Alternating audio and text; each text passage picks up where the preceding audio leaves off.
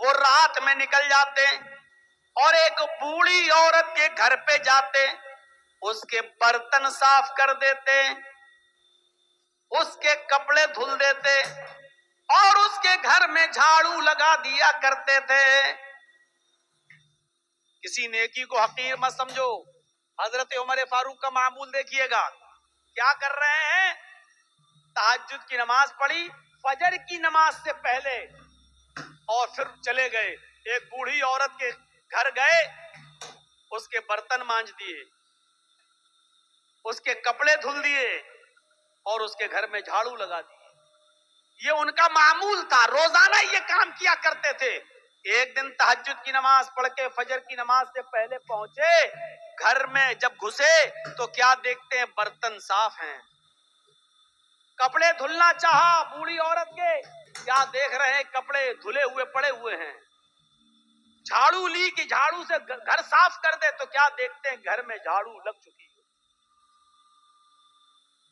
پوچھا ماں کون تھا؟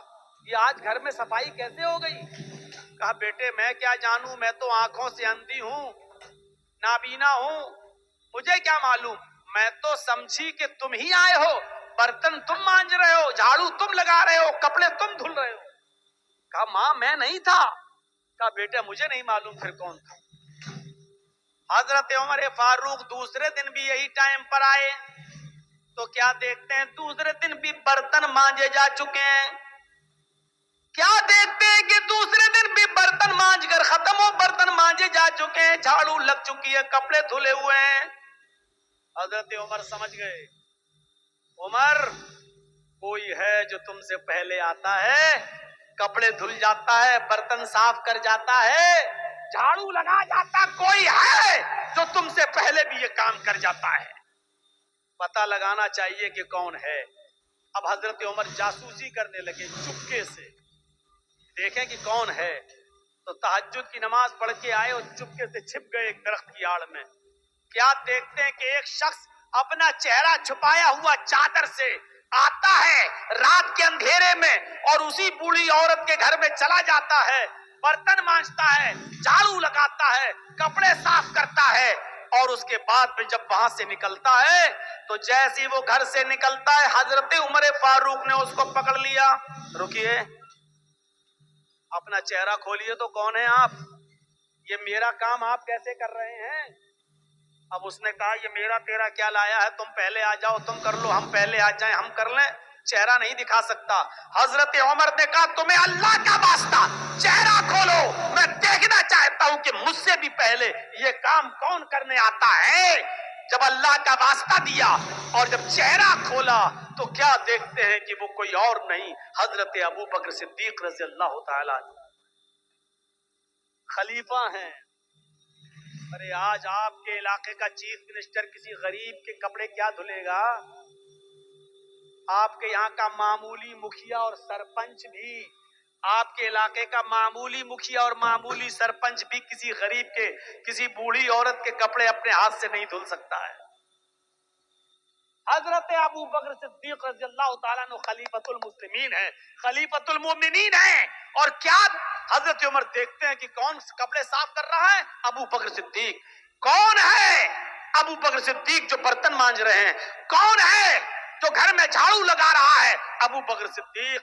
میرے پیارے ساتھیوں، میں بتانا یہی چاہتا تھا کہ کسی بھی نیکی کو حقیر مت سمجھو، چھوٹی سے چھوٹی نیکی، یہ جھاڑو لگانا میرے بھائیو ایک معمولی نیکی ہے، لیکن حضرت ابو بکر صدیق جھاڑو لگا رہے ہیں۔ برتن مانج دینا کوئی بہت بڑا کام نہیں ہے۔ اگر کسی آدمی کو اپنی انسلٹ کا خیال ہو تو بھلے ہی نہ مانجے، ورنہ برتن مانجنا کوئی بہت بڑا کام نہیں ہے۔ برتن مانج دینا، کپڑے دھل دینا، جھاڑو لگا دینا، یہ کوئی بہت بڑا کام نہیں ہے۔ لیکن حضرت ابو بکر ان کاموں کو بھی حقیر نہیں سمجھا کرتے تھے، حضرت عمر ان کاموں کو بھی حقیر نہیں سمجھا کرتے تھے، اس لیے فرمایا کوئی بھی چھوٹا سی چھوٹی نیکی کو بھی حقیر مت سمجھو۔ کھجور نہ ہو، کھجور کا ٹکڑا ہی صدقہ و خیرات کرو۔ میرے پیارے ساتھیوں، ان چیزوں کو اپنے ذہن میں رکھیے۔